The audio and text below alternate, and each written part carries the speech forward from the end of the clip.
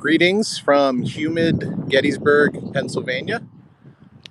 We are on the July 1st battlefield, and I just thought I would tell you about a little, somewhat lesser known part of the action. I'm wearing gray because this is my coolest shirt. I'm not declaring Confederate sympathies. I want to make that clear in advance. But let's get started, shall we? Where you see the cars traveling is the old Chambersburg Pike. It's Route 30 now. It was called the Chambersburg Pike at the time of the battle. At 10 a.m. on July 1st, 1863, and pardon the hump in the road, those woods over there were the scene of the better known action at this time on July 1st, the Iron Brigade routing General Archer's men in the woods and the death of John Reynolds. What less people know about is the fighting on the other side of the Chambersburg Pike, which is where I'm standing now. And I want to tell you about one specific incident of that fight, and hopefully you'll learn something. Now, as the Iron Brigade went into action where I was just pointing, coming across the fields there, and coming into line where I'm standing, and up the road, where you're pointing now, is a Union brigade commanded by General Lysander Cutler. As a good example of how politics can shape high command, Lysander Cutler had been colonel of the 6th Wisconsin, who we'll talk about shortly. When the commander of the Iron Brigade was promoted to divisional command, the men wanted Cutler to take over. Unfortunately, the colonel of the 19th Indiana, also in the Iron Brigade, happened to be high in Republican political circles, and no less a person than Abraham Lincoln was quite fond of him. So he, a man by the name of Solomon Meredith, got to be commander of the Iron Brigade. Lysander Cutler commands the troops who fight here. His consolation prize was command of this brigade. So, as Cutler's brigade comes into line, roughly along the axis of the road, you see, up out in the distance there, and then back towards that depression in the ground, that's the famous railroad cut.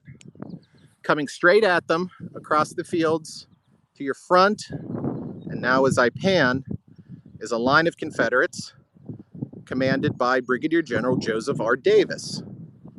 And that name is, he's related to who you might think. Joe Davis is the nephew of Jefferson Davis. Another example of how politics can shape high command, and it happened on both sides. Joe Davis had been on his uncle's military staff in Richmond and had just been given a combat command in time for the invasion of Pennsylvania. So, the specific unit I want to talk to you about, who fought where I'm standing, is the 147th New York, which you could probably read. This is their monument. They were recruited in Oswego. I don't know if you can read on the knapsack. It says Oswego. They had been in the Army some months. They had Chancellorsville during the Chancellorsville campaign. They hadn't done anything. They weren't veterans in the sense that they had been involved in your classic stand-up Civil War brawl. But that was about to change. Coming straight at them across these fields, you see that little rise in the distance, is the 42nd Mississippi, actually also a new unit that had been on a non-combat assignment that had been forwarded to Lee to strengthen him for the invasion of Pennsylvania. So the 42nd Mississippi tops that rise, and right where I'm standing, the 147th New York engages them. Up along, if you follow that rise of ground and down, is the 2nd Mississippi and the 55th North Carolina. Now, as happens so often in this battle, it's determined by who overlaps whose line. And it's 3 regiments fighting against 3 regiments. However, unfortunately for the Yankees, the 55th North Carolina, also a new unit. What is it about new units, particularly Confederate new units? They're big. So the Confederate line runs all the way up and around. You can see that monument in the distance. The Union line stops roughly where the road goes out of sight, as you're seeing it here. So it's a classic, at first, it's a classic, good old stand-up, men standing in lines, shooting at each other across open fields as the Confederates come at the Union line. Unfortunately, remember how I said the 55th North Carolina on the flank overlapped the Union line? Well, they start down, begin to attack the flank. The unit up there is the 76th New York. The 76th New York loses 3/4 of its men and its colonel killed trying to fend off the assault, but they can't do it. Odds are too great, and they're outflanked. So they begin to fall back across those fields.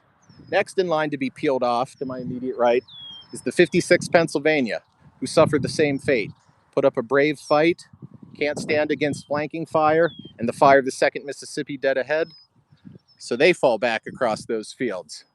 That leaves the 147th, who, because you have to understand, this is all nice and calm and sunny. There's smoke, there's confusion, there's noise. No one can see or really comprehend anything happening more than a few feet away from him. So the 147th is concentrated on its fight dead ahead with the 42nd Mississippi. It has no idea what's happening to its sister regiments on its right flank, and that they're about to be overwhelmed. A single regiment against a whole horde of victorious Confederates. Colonel Cutler, in command back behind me on what's called Oak Ridge, can see this happening, however. So he sends a messenger telling the 147th it's time to get out. Unfortunately, when that messenger delivers his message to the 147th's colonel, the colonel no sooner receives the message than he gets shot and his horse bolts, galloping off somewhere to the rear. So the word is never passed to the 147th fighting here that it's time to go. So, and I have a fondness for lone regiments, particularly new boys, their baptism of fire, making a lonely stand. They're continuing to fight. They're getting more and more and more of them are being shot down. It only just starts to dawn on them that from that direction is a whole bunch of rebels and no other blue-coated Yankees in sight. So these young, untried men have more than met their first test of combat. But it is even now that starts to realize that it's time to go. The lieutenant colonel of the 142nd, who's still in action, or the 147th, excuse me, like I said, has realized something is very, very wrong here. And rather than give any precise military command, like about face, and do anything like that, he bellows out at the top of his lungs to his men, "In retreat, double quick, run!"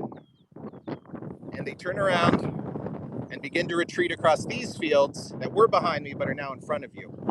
And there's a very sad story that's always stuck with me of a young private named Edwin Islesworth who had survived the fighting up to this point. But as the 147th begins its pell-mell flight across these fields, trying desperately to escape its trap, he gets shot. Two of his buddies try to pick him up and drag him away, but he's so badly wounded, they can't move real fast. The Confederates are closing in. They're only yards away, yelling for his two friends to surrender.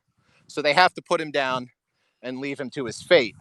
One of the men was named Sergeant Peter Schutz, and Sergeant Schutz, writing later, as an older man, said that to that day he's never not been haunted, because as they put him down to flee, Islesworth, with all the pathos and terror that only a badly wounded man about to be captured by the enemy can feel, screams out, "Don't leave me, boys."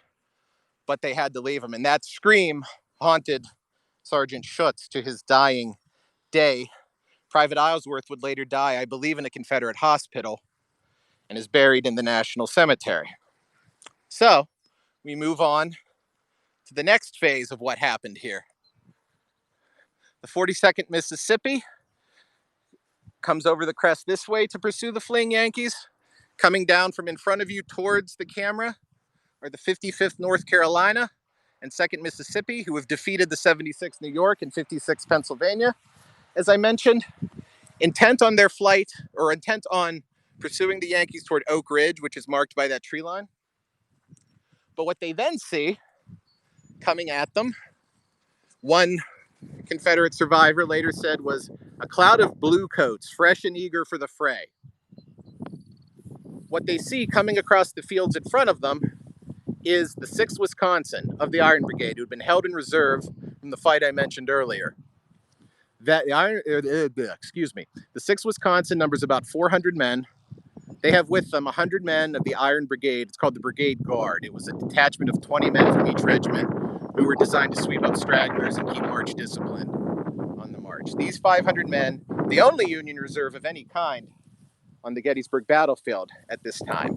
So when it is seen what is happening to Cutler's men, where we've been, the 6th Wisconsin is pulled out of their reserve position and told to go retrieve the situation.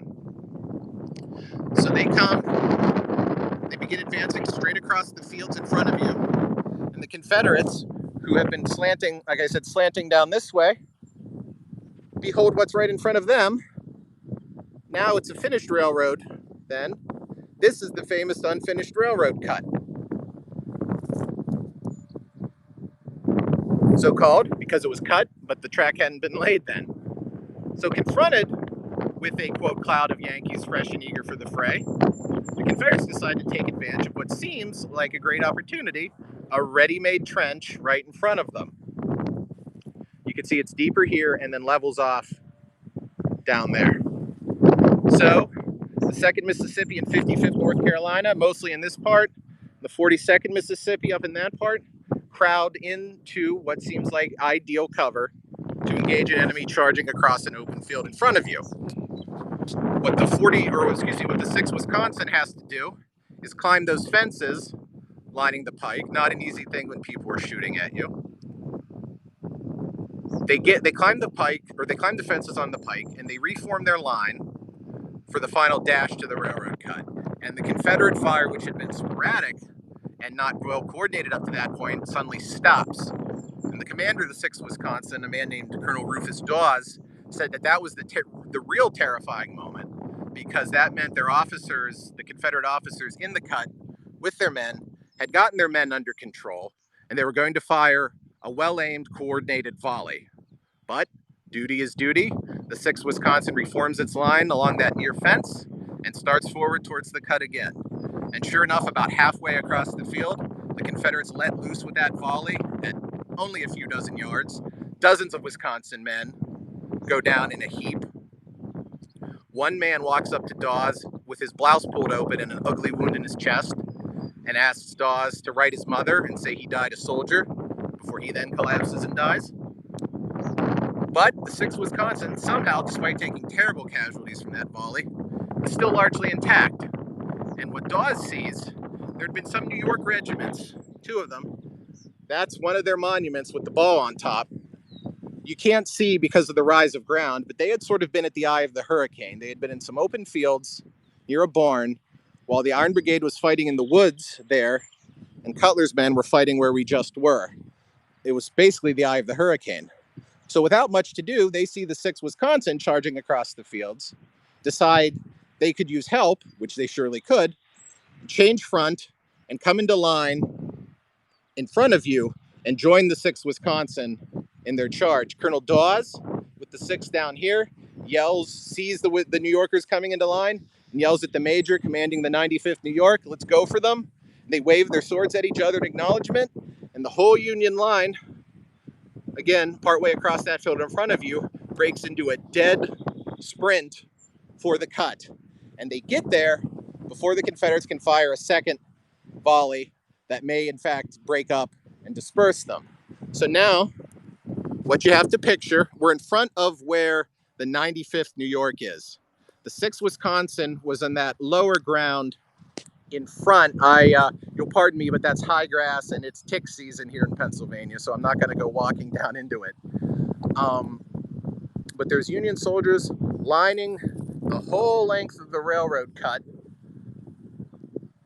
and the Confederates are more or less fish in a rain barrel, is the best metaphor that I can possibly think of. It's a standoff. Suddenly they're confronted with hundreds and hundreds of Northern soldiers yelling at them to drop their muskets and surrender.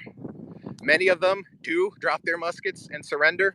Others decide to chance it and take off back up the cut And in the confusion, many of them do make it out. Many are shot down in the cut, ones that refuse to either surrender or run, but try to keep fighting.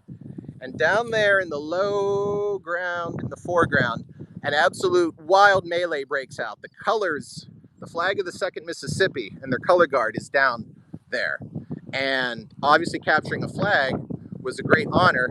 Not only a great honor, but every Union soldier after the medal was established during the war who captured a flag received a 30-day furlough and the Medal of Honor.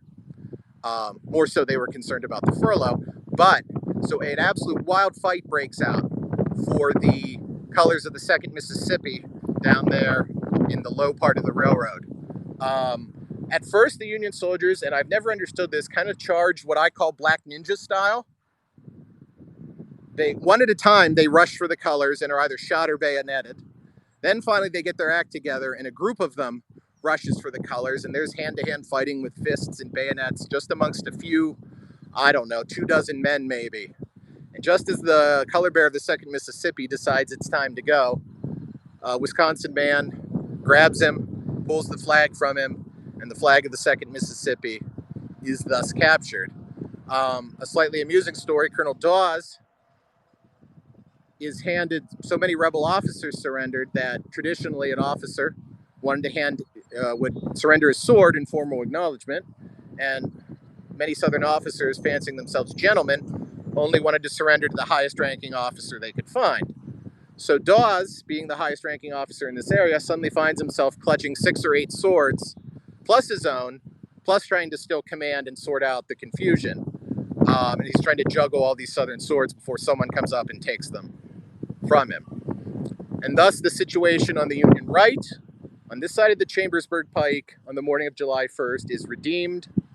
The Cutler's defeated men, including what's left of the 147th, reform on Oak Ridge in the trees. The Iron Brigade is busy turning Herbst's Woods into the place where they will make their stand later in the day, and reinforcements are arriving on the field. But that's the end of my broadcast for now. I just wanted to tell you about the desperate, lonely stand of the 147th and the repulse of the Confederates at the railroad cut. One final bit of trivia. Down there in the low ground in 1998, actually a park ranger from another park, I don't remember which from, I think it was your more standard national park, not the Civil War battlefield, was walking down there and discovered bones sticking out of the dirt. Turned out it had been an as previously unlost casualty of the Battle of Gettysburg. Officially, that man, he was buried in the National Cemetery. It is not known whether he was Union or Confederate, so he's buried under no particular flag or given no particular honors, just buried as an unknown soldier of one side or the other. And he's almost certainly, however, Confederate, because he was killed in the exact spot where the 2nd Mississippi was cut up. May have even been killed in the fight for the 2nd Mississippi's colors. This is me speaking, my theory. Because the Union took great care of their own dead, but being in control of the field afterwards, they had to bury the dead of both sides. Most Southerners were more or less buried where they fell and forgotten about. Whereas Union graves were very well marked and eventually removed to the National Cemetery. So my theory is that that dead soldier was a member of the 2nd Mississippi, possibly 55th North Carolina, who was killed at the railroad cut, buried by the Union soldiers in the after days of the battle, and his grave location quickly forgotten about until erosion washed it out 130 some years later. So thanks for listening. I hope this was interesting and informative, and you all have yourselves a lovely day.